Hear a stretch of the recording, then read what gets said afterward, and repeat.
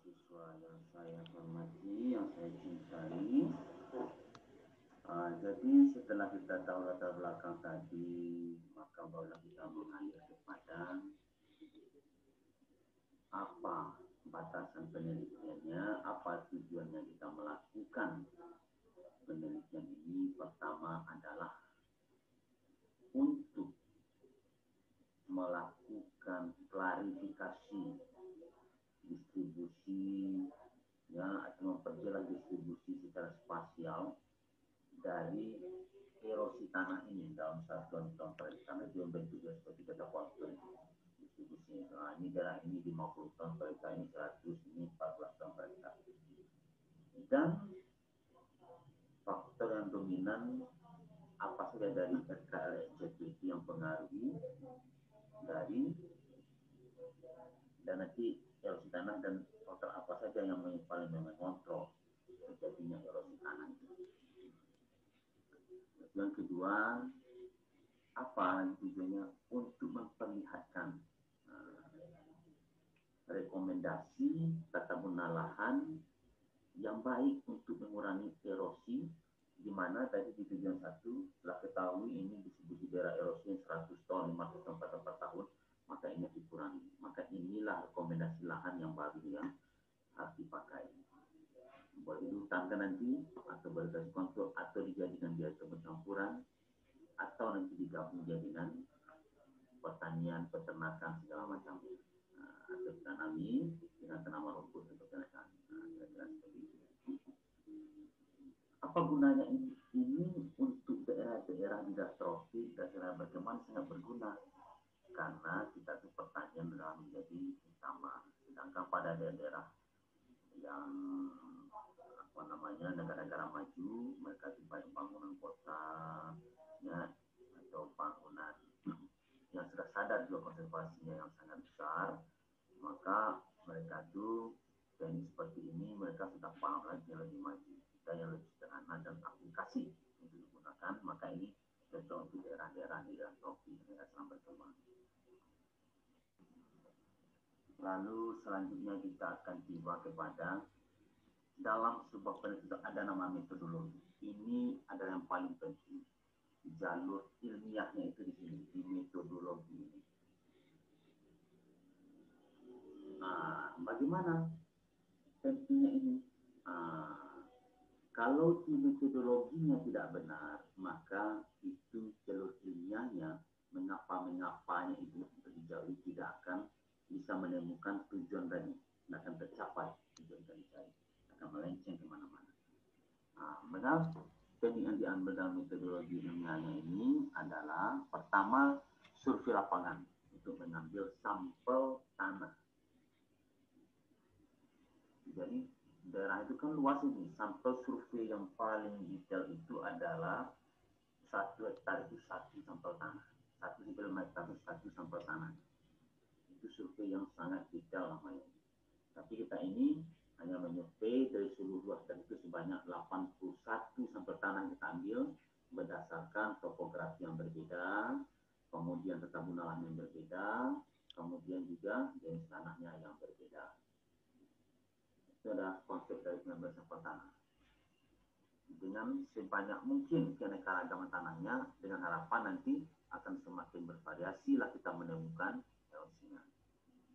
Lalu dari sampel tanah dalam itu apa? Di sini dia. Di sinilah ilmu yang Anda pelajari dulu, soil analisis tanahnya, fisika dan kimianya. Ini dulu kamu belajar di mekanika tanah, fisika tanah, dan juga kimia, analisa kimia kesuburan tanah. Ini pertama organik matter, bahan organik. Itu dianalisa dengan metode Walker and Blake. Kamu harus labor dulu. Ini kesini gunanya nih, untuk menghitung erosi. Apa bahan organik ini? Adalah faktor erodibilitas tanah. Kemudian apa lagi? Tekstur tanah. Kamu masih ingat? Persentase pasir, liat, debu. Ini dia. Di mekanika tanah, fisika tanah, sini aplikasi gunanya di sini. Saat digunakan itu untuk konservasi. Kamu ambil tanah sedikit, kamu dengan metode perasaan ya, kamu ludahi tanganmu, kamu elus-eluskan dari jari, gulung dulu dia bentuk panjang, cm, setelah itu baru pendek-pendek. Kalau lengket dia, itu adalah liat yang tinggi. Kalau terasa bedak, itu adalah lempung atau debu. Kalau terasa kasar banyak, itu adalah pasir. Dan masih banyak lagi yang lainnya. Kemudian nih, permeabilitas tanah, soil permeabilitas tanah.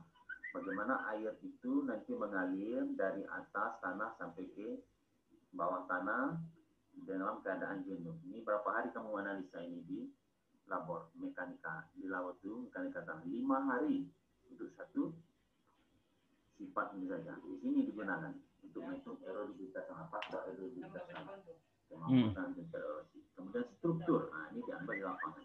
Dicampur tanahnya, diremas dengan tangan di tengah bawah mikroskop. Nampak nanti bentuk seperti bulat, ada seperti balok, ada seperti lempeng, ada seperti granular. Dan lanjut saudara, density atau berat volume. Nah, berat volume ini juga diambil ini. Dari mana? Dari ring sampel. Satu ring sampel mendeteksi nanti 25 fisika tanah lainnya. Kamu masih ingat? Nah, ini di sini digunakan di waktu mata kuliah ini. Kemudian apa lagi data yang lain yang diambil? Data yang diambil ini curah hujan. Ini untuk menghitung air factor. Karena tanpa hujan erosi tidak akan terjadi. Ada lagi satu lagi, erosi angin namanya, tapi itu di daerah padang pasir. Kalau kita ini erosi karena hujan. Di mana diambil data ini? Di stasiun klimatologi, BMKG. Kemudian apa? Penutup lahan. Penutup lahan ini atau tata guna lahan. Kalau dulu mahal nih pakai lansat TN, sekarang lebih murah. Dengan apa? Google Earth. Kamu Google Earth ambil di sana, kemudian pakai PC converter, kemudian kamu digitasi, pindahkan ke server, maka akan dapat nanti apa? Tata guna lahan. Mana itu yang hutan, mana itu yang kepencampuran, mana salah. Tentu setelah kamu pergi ke lapangan dulu, ambil koordinatnya, masukkan ke kalau lagi ini, oh ini yang modern. Nah, itulah nanti pendeteksi. Kemudian peta topografi. Topografi kalau dulu ini waktu saya pergi ke tentara atau kepada badan pertanahan minta di sana kopi. Kalau sekarang tidak perlu, lebih mudah. Dari mana? Dari data Google Earth juga. Kamu ambil di Google Earth itu, nanti kamu digitasi lagi dia pakai tiket converter, pindah ke server, dapatlah ini tempat disebut topografi. Dan peta 3 dimensi sekaligus. Ini kemudahan zaman sekarang, kamu sebagai manusia yang teknologi dengan bapak yang dulu. Lalu selain itu apa lagi? Erosi itu kan kita estimasi dengan misal inergal SFP ini. Tapi itu perlu divalidasi. Betul nggak perkiraan kita ini? Dengan mengambil data sedimen di outlet gas itu. Nanti sedimen itu kita kalikan, ambil dengan sampel, dibawa ke oven. Dalam 1 liter itu berapa gram sedimen, maka dikali nanti dengan faktor rumusnya. Dapat lagi nanti dengan SDR lagi. Debit sungai ini penting. Debit sungai mana diambil? Dengan AWLR. Kamu sendiri susah nih. Kamu itu mengukur ini. Mengukur debit sungai ini salah satu guna debit sungai itu di ini. Guna untuk mengukur sedimen juga bisa. Atau data ini bisa diminta di PSDA. Lalu setelah data ini didapat, maka